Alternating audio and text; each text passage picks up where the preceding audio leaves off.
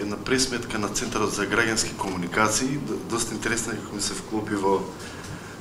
темата за која ќе се дискутира денеска, тоа е дека тие пресметале дека секој граѓанин со просечната плата во нашата држава издвојува дневно по 464 денари на име даноци, придоноси и така натаму,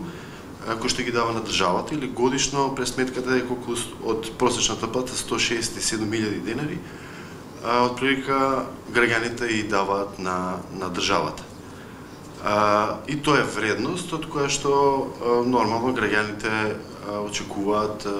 повратно да добијат дали уште поголема вредност или некаква услуга во оваа вредност која што треба да обезбеди државата. Дали се тоа правда, безбедност, животна средина, здравство, образование и така натаму.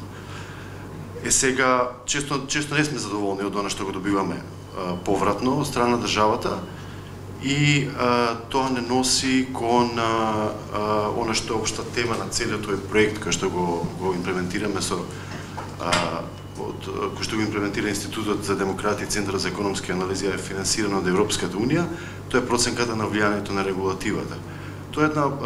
теоретски гледано на хартија фантастична алатка, одличен